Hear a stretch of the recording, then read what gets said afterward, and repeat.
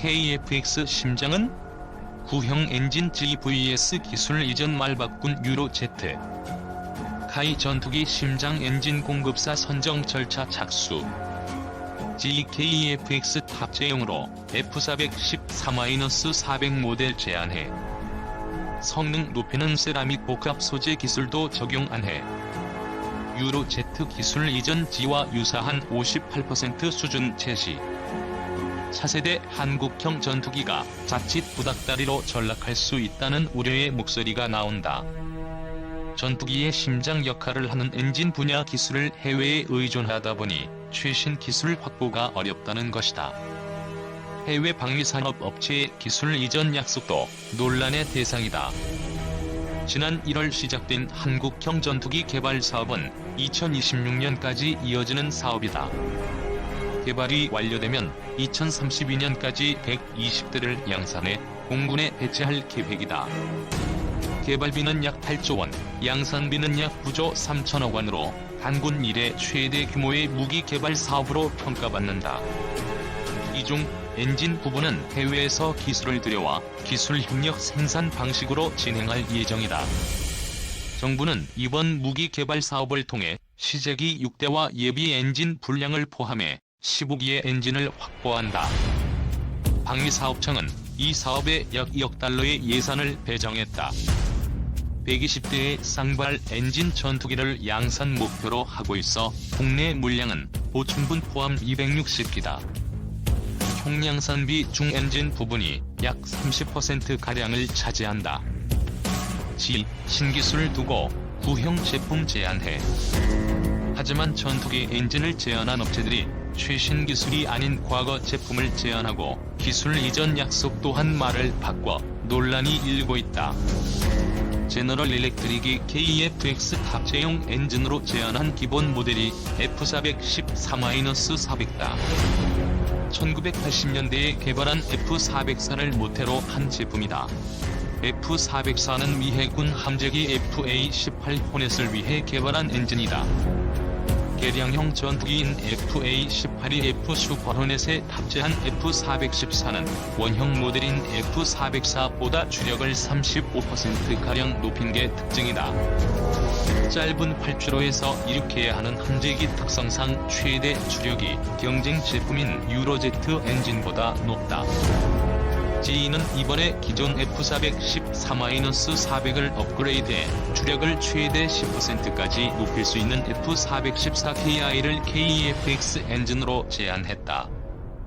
문제는 이 엔진의 성능이 GE가 보유한 최신형 엔진에 비해 상대적으로 성능이 떨어진다는 점이다. GE는 경쟁사인 유로-Z가 제안한 EJ200의 대응 제품으로 최신형인 F414-2PE를 앞세우면서도 F414KI가 우리 군이 요구하는 엔진 성능을 충족하고 있다는 이유로 신형 모델 대신 구형 모델을 제시한 것이다. 특히 새롭게 개발한 세라믹 복합 소재도 적용하지 않았다. CMC로 제작한 블레이드는 종전 초내열 합금보다 20% 더 높은 온도를 견딜 수 있고 무게는 합금의 3분의 1밖에 되지 않는다.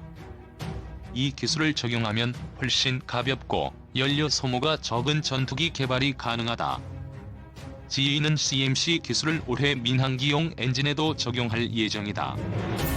그러나 KF-X 사업에는 기존 구형 엔진의 소프트웨어 업그레이드만 제시했다. 다만 GE 측은 향후 엔진 업그레이드 과정에서 신소재 기술 등을 반영할 수 있다는 입장이다. 현재 GE는 연료 소모율은 이전 엔진에 비해 25%가 더 낮고 주력은 최대 10% 더 높은 최신형 엔진도 개발해놓은 상태다. 연료 효율이 현저히 높아 이 엔진을 장착하면 전투기 작전 반경이 35%까지 확대된다. 익명을 요구한 무기체계 전문가는 신소재 적용 엔진은 전체 형상은 변하지 않고 펜 소재만 바뀌는 것이기 때문에 향후 차세대 개발 과정에서 적용될 수 있을 것이라면서도 신소재 적용에 대해 GE 측이 가격을 높게 부를 경우 이미 전투기 구조가 GE 엔진에 최적화돼 있는 상황이어서 문제가 될 수 있다고 말했다. 16년 후에 사용할 전투기가 예산 문제로 구닥다리 엔진을 쓸 수밖에 없는 상황에 처할 수 있다는 것이다. 이 전문가는 지금부터 신기술 적용에 대한 협의를 해야 한다고 조언했다. 이에 대해 방사청 관계자는 KEFX 성능 기준을 바꾸려면 공군에서 필요성을 제기한 뒤 합동참모본부 결정을 거쳐야 하는데 방사청까지 오는데 최소 1년은 넘게 걸린다면서 노후화된 전투기 교체로 인한 공군의 전력 공백을 최소화하기 위해서는 현재 계획으로도 일정이 빠듯한 상황이라고 난색을 보였다. 유로제트 100% 기술 이전 말바꿔. 유로제트 역시 기술 이전과 관련해 말을 바꿨다는 지적이 나온다. 유로제트 측은 지난 2014년 국내 언론과의 인터뷰에서 KEFX 엔진을 100% 국산화하는 방안에 대해 협의할 준비가 돼 있다고 밝혔다.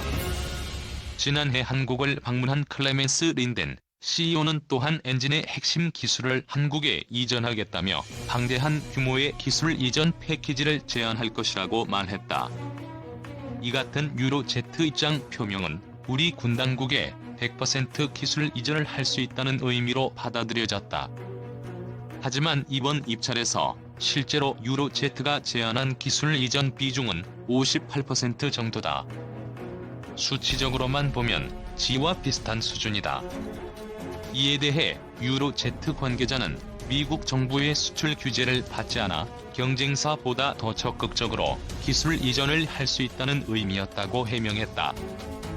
이 같은 논란에 대해 KEFX 개발 주관업체인 한국항공우주산업 관계자는 엔진은 연료 소모가 적고 추력이 좋은 것이 좋은 제품이지 엔진이 구형이냐 신형이냐 하는 것은 중요하지 않은 부분이라며 이미 이에 대한 평가 기준에 있기 때문에 이에 맞춰 적절한 기종을 선정할 것이라고 말했다.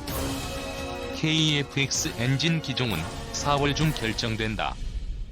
카이가 엔진 기종을 선택하고 이를 방사청에 제안하면 승인 과정을 거쳐 6월경 최종 계약을 체결할 예정이다. KEFX 선택받은 G 엔진, 슈퍼호넷 엔진으로 유명. G414 엔진, 제안서 평가 4개 항목서 모두 우위. 한국형 전투기의 엔진 공급 업체로 미국 제너럴 일렉트릭사가 선정됐다. 방위사업청은 26일 사업관리분과위원회를 열어 G-Aviation사의 F414G200 엔진을 우선 협상 대상으로 선정했다고 밝혔다. 한국항공우주연합은 지난해 8월부터 한화테크윈과 합동협상팀을 구성해 KEFX의 엔진의 협상 계획을 수립해왔다. 11월부터는 해외 엔진업체와 협상을 진행했다. 일각에선 이번에 선정된 G의 F414 엔진이 KEFX 개발의 최적이라 설명을 한다. F414는 현재까지 1200개 이상의 F414 엔진이 판매됐다.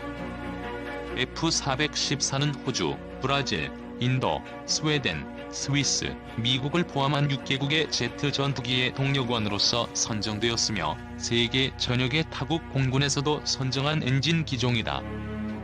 F414는 미 해군 FA-18E/F 슈퍼호닛, EA-18G 그라울러, 사브 그라이펜 NG, 그리고 티저스 LCA 마크2의 동력원으로 사용되고 있다. 이들 전투기의 특징은 모두 2000년대에 개발된 전투기다. 때문에 현재 KEFX의 엔진으로 대안을 찾을 수 없다는 점이다.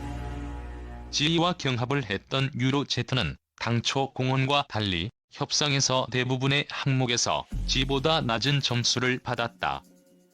특히 유로제트는 기술 이전을 두고 상당한 메리트를 제공할 것으로 예상했으나 결과는 그들이 주장과 사뭇 달랐다. 이번 엔진 선정 기준은 기술 능력, 비용, 관리, 국산화 등 4가지 평가 항목을 두고 진행됐지만 유로제트는 모두 G에 뒤처진 것으로 전해진다. 또 KEFX의 해외 수출과 관련해 가장 중요한 엔진 기술 EL도 G가 훨씬 자유롭다는 이야기도 전해진다.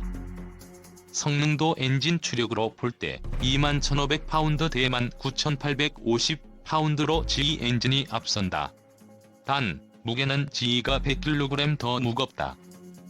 이번 엔진 선정은 시제기에 장착할 15대를 구매하는 사업이다.